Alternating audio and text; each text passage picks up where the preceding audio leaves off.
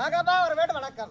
நான் வந்திருக்கின்றேன். ஆமாம்மா. இந்த பெண்மணி ஆஹா இந்த கோலத்துல வந்திருக்கிறேன். ஆமாம்மா. என்னை பார்த்தால் உனக்கு எப்படி தோற்றமாகுது?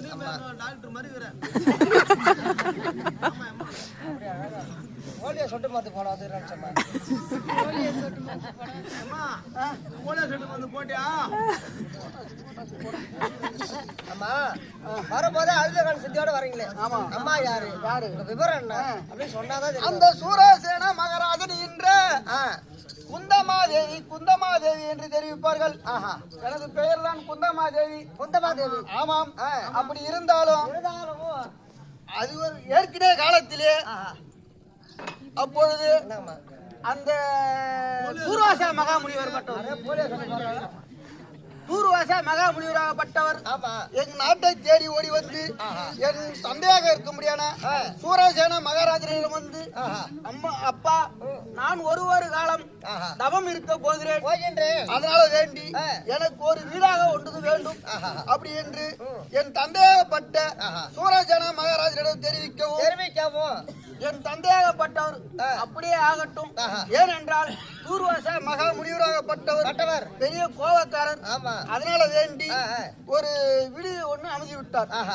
ஆனாலும் திரும்பவும் தூர்வாச மகா முனிவராகப்பட்டவர் வீடு மட்டும் இருந்தால் போதாது எனக்கு பணியிட வேலை செய்வதற்கு ஒரு ஆள் ஒண்ணு வேணும் கேட்டார். என் தந்தையாகப்பட்டவர் அப்படியே ஆகட்டும் என்று தெரிவித்த பிரகாரம் அந்த பணியிடை ஆள் வேலை செய்வதற்காக என் நாட்டை சுற்றி யாரையோ கேட்டு பார்த்தார். யாரும் வரவில்லை. ஏன் வரவில்லை என்றால் அந்த தூர்வாச மகாமுனிவராகப்பட்டவர் ரொம்ப கோபக்காரர். அதனால வேண்டி யாரும் அவருக்கு வருவதற்கு மறுத்து விட்டார்கள்.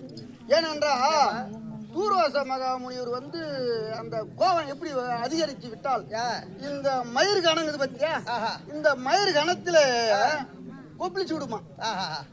அதாவது ஒரு நீர் கட்டி மேல் அந்த கட்டியாகப்பட்டது கொப்பளித்தால் கோபம் அடிந்து கொப்பளித்தால் அது வெடிச்சு சீவாக ஒழுகுவான்.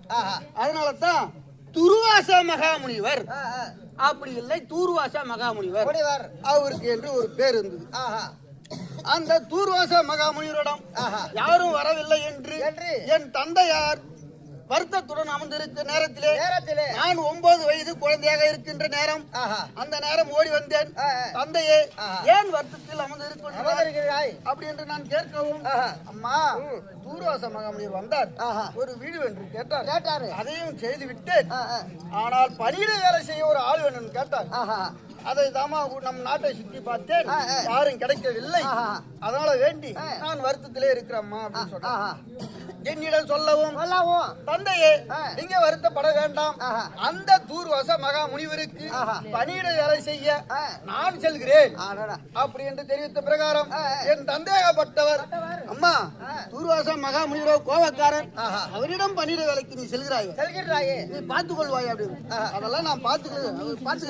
நீ தூர்வாச மகாநீரோட இடத்துல போய் என்னை விடுங்கள் நான் பார்த்துக்கிறேன் அப்படின்னு சொல்லவும் என் தந்தையாகப்பட்ட சூரசேனன் அந்த தூர்வாச மகா முனிவருடைய என்னை கொண்டு போய் சேர்க்கவும் அவர் தூர்வாச மகா முனிவர் சாலால் இடும் வேலையை நான் கையாலே செய்து முடிக்கவும் அந்த தூர்வாச மகா முனிவராகப்பட்டவர் என் மேலே ஆதங்கமும் பட்டு பரிதாபப்பட்டு ஒரு அழகு பெண்மணி இருக்கிறாளே நம்ம சொல்லும் வேலை அவள் செய்து முடிக்கிறாளே.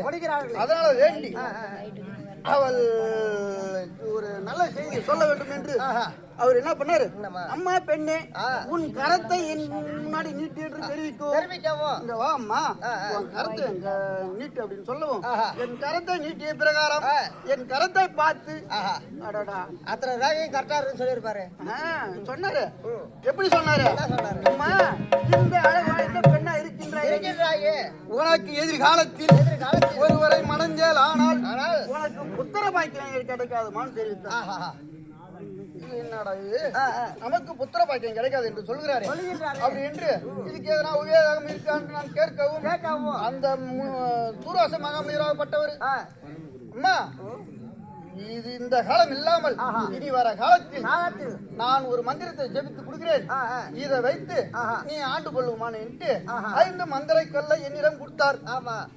அந்த 5 மந்திர கல்லை நான் எடுத்துக்கொண்டு செல்லும் போது அதோட தூர்வாச மகாமுனிவர் போய்விட்டார். சரி 5 மந்திர கல்லை கொடுத்தாரல்லவா? கொடுத்தாரல்லவா? இந்த மந்திர கல்லு தூர்வாச மன்னன் சும்மா தான் கொடுத்தாரா? மெய்யோ பொய்யோ? நாம இதை சோதித்து பார்க்க வேண்டும் என்று சபாஷ் சபாஷ். இரவு நேரம் நான் ஒரு மந்திர கல்லை எடுத்து அந்த சூரிய தேவனை நினைத்து கோரித்து இரவு நேரத்துல சூரியன் வருவாரா? வந்தாரே. வருவாரா? வரமாட்டாரு. அதனால நீங்க நினைச்சு பாக்குறீங்க. ஆமா, அவர் வரமாட்டாருல்ல இரவு நேரத்துல. சூரிய தேவன் பகல்ல வரவர். ஆமா. எப்படி நைட்ல வருவாரு? வரமாட்டாரு. அதனால இது முடியும். நான் அதனால வேண்டி அவரை நான் தோத்தரித்தால் வருவாரா என்று நான் அந்த ஆத்தங்கர ஓரத்தில் நினைத்து பார்க்கும்போது சூரிய தேவன் வந்து விட்டார். அம்மா பெண்ணே, நீ தூர்வாச மகா முயல் கொடுத்த கல்லை நீ சோதித்து பார்த்ததுனால் ஆமா நான் வந்து விட்டேன். நான் உன்னை சேரவில்லை என்றால் தூர்வாச மகா முயல் கோபத்துக்கு ஆளாகி விடுவேன். அதனால வேண்டி அவர் சொல்லவும், ஐயா சூரிய தேவரே, நானும் 9 வயது குழந்தை.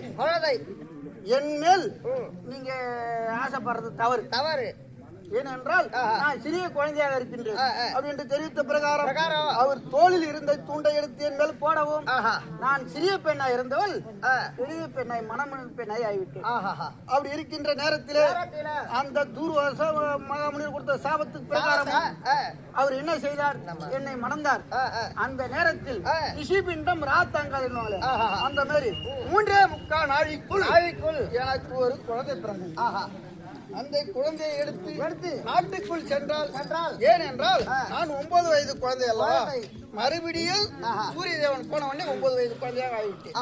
அப்ப நானே ஒரு குழந்தை, இன்னொரு குழந்தைய எடுத்துக்கிட்டு போனா ஊர்ல இருக்கிறவங்க எப்படி நினைச்சு பார்ப்போம். அதனால வேண்டி அந்த ஆற்றங்கரை ஓரத்தில் ஒரு கூடையில்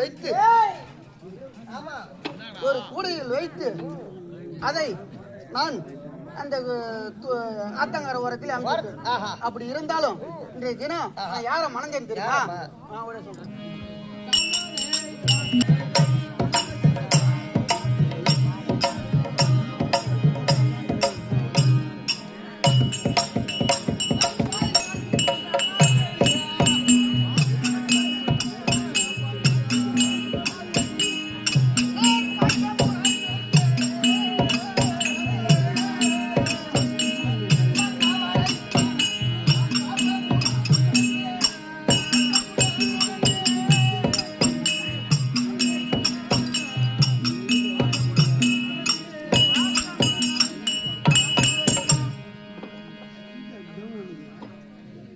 அப்படி இருந்த போதிலும் நான் பாண்டு மகாராஜன் அவரை மணர்ந்து முக்கத்தார்களிலே நடுவராக விளக்க முடியும். பாண்டு மகாராஜா அவரை மணந்து நான் மட்டும் மணக்கவில்லை. இன்னொரு ஆள் யார் என்றால் அந்த மாத்திரா தேசத்தை ஆண்டு வர முடியாது தள்ளியே இருக்கிறார் அல்லவா? அவருடைய தங்கை மாத்ரா தேவி இருவருமாக என் கணவரை பாண்டு மகாராஜனை மணந்து ஒரு நாள் தினத்தில் அந்த கானகத்துக்கு எங்களை அழைத்து கொண்டு செல்லும் நேரத்தில் அங்கே ஒரு முனிவராகப்பட்டவர், அதாவது 3 வருடம் அவர் தவத்தில் இருந்து வரார். அப்படின்ற நேரத்தில் அவன் அந்த முனிவராகப்பட்டவர் புணர்ச்சி செய்ய நேரத்தில் புணர்ச்சி செய்யலாம் அப்படின்னு யோசிக்கிற நேரத்துல, அதாவது பகல் நேரத்துல மிருகங்கள் தான் புணர்ச்சிகள் செய்யும், மனிதர்கள் செய்ய மாட்டாங்க. ஏன்னா 6 அறிவு மனிதர்கள் செய்ய மாட்டோம். ஆமா, இது மிருகங்களுக்கு மட்டும்தான் 5 அறிவு உள்ளது. அதிலே 5 அறிவு உள்ள மிருகங்களா இருந்தாலும் அந்த புணர்ச்சி வேகத்தில் ஈடான கொடுக்கக்கூடிய மிருகம் எதுனாக்கா எது சொல்லு பாப்போம்? மானு. புணர்ச்சி செய்யக்கூடிய மிருகம் என்ன மிருகம்? 6 ஏறி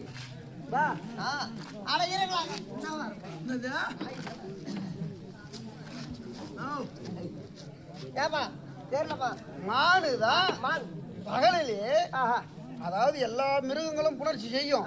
இருந்தாலும் அதிகபூர்வமாக புணர்ச்சி செய்யும் மிருகம் எதுனா மான் மட்டும்தான்.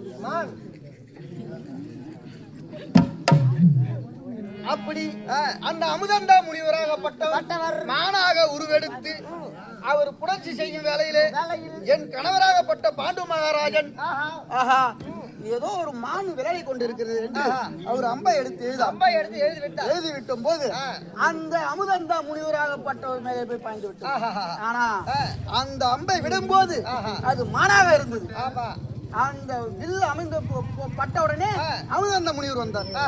அப்பா நான் என்னை என்று பார்க்காமல் என் மீது அம்பை எய்தாய் அல்லவா?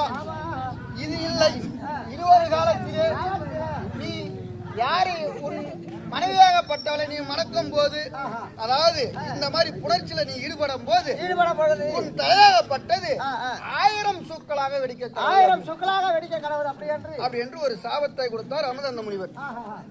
அப்பேற்பட்ட சாபம் இருந்த பிறகு நாங்கள் அனைவரும் கானகத்தில் அங்கே அந்த வேட்டைக்கு போன பத்தியா அந்த இடத்திலே அமர்ந்து விட்டோம்.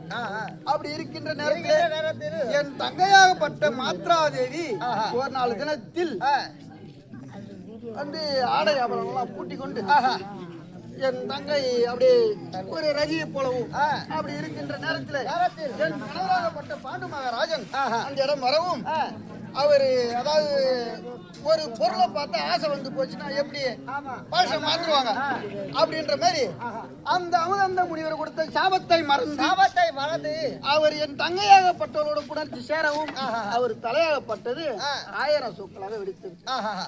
இது இப்படி இருக்க நான் யாரை பார்க்க வந்து